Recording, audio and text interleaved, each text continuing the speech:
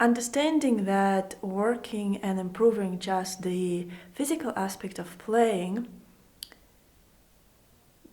disconnecting it from your inner sensations and your mental alignment with the music, will not work in piano performance. There are great methods out there that brings awareness of students to how our body, how our arms feels like when we play.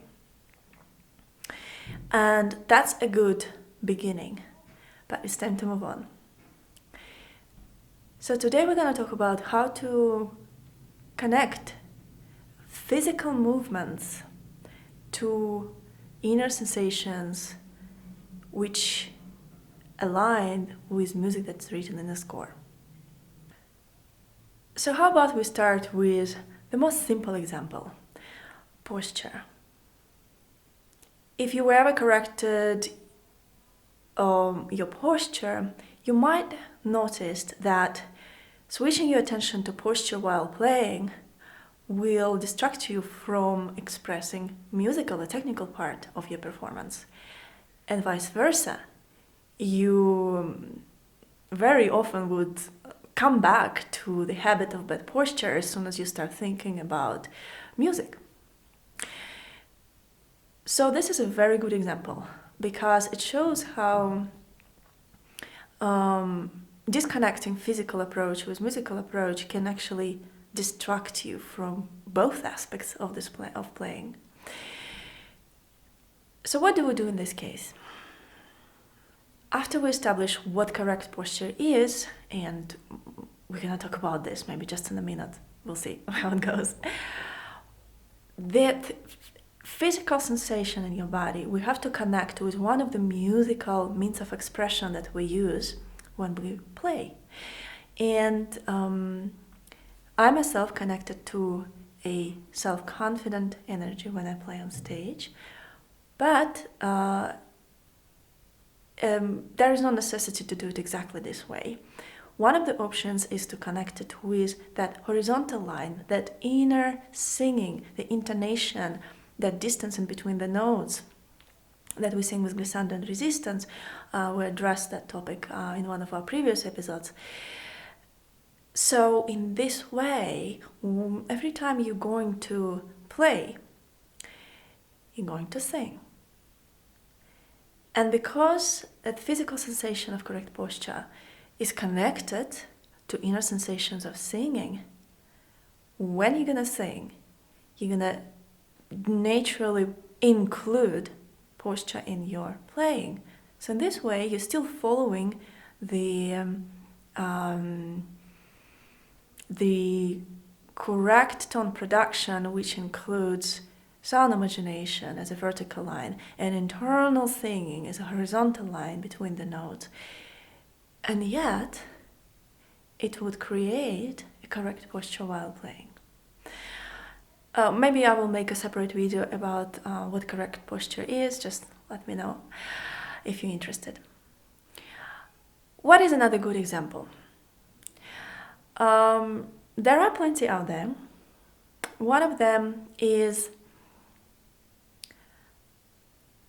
looking at the music only as the way to find the correct hand motion that will be aligned with music in the score.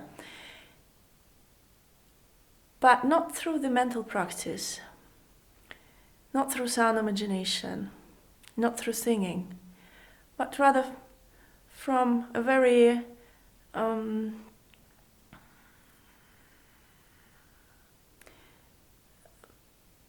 dry motion perspective.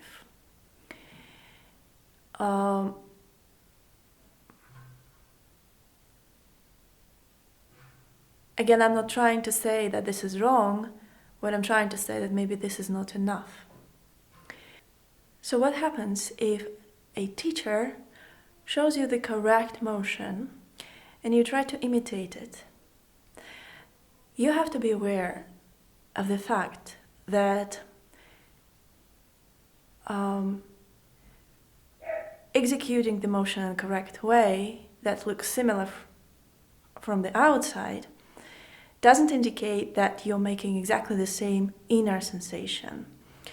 If you have a different understanding of relaxed hand, what does it feel like to have a relaxed hand? Or what does it feel like to have a flexible wrist?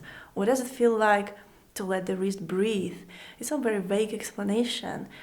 And even if you try your best to make the correct motion with relaxed hand, this is not a guarantee that you are making this motion in the correct way.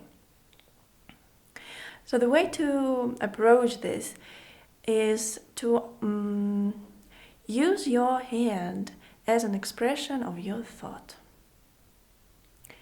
Just like we're using our mouth as an expression of our ideas.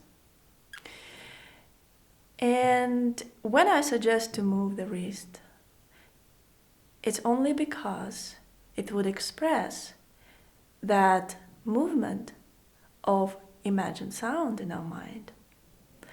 Or when I suggest to make a roll, make a swing, it's only because that would express the arm weight that we feel and create through internal singing.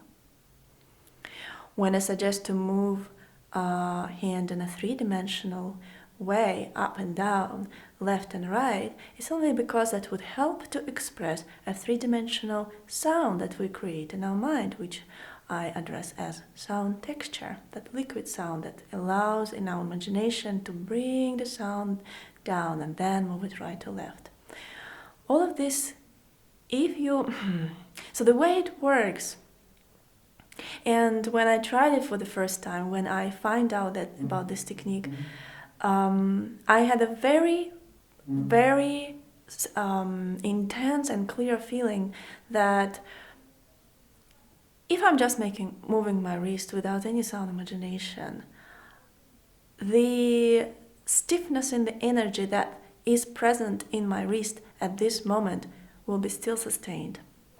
As soon as I let my wrist to be a brush of my image that I create as an artist, then somehow the energy of created sound in my mind naturally brings the correct sensation to the wrist. It is a flexible wrist, it is a free wrist that is breathing, it is a relaxed hand.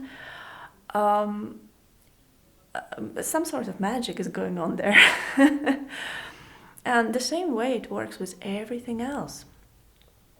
If especially I'm trying to convey the arm weight, and my movements just allow the arm weight to reach the piano. They're not suppressed with the flat motion of my wrist. It's not just a moving wrist all the time, a lot, which would actually, if you just do that, that would create so much tension. It's very important to remember that in this case, the wrist just serves as a channel to express that free energy in your body.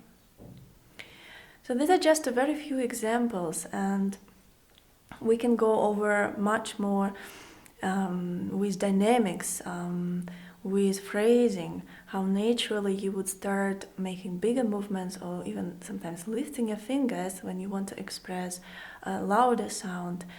Again, just because that resonates with the big energy that you create inside yourself.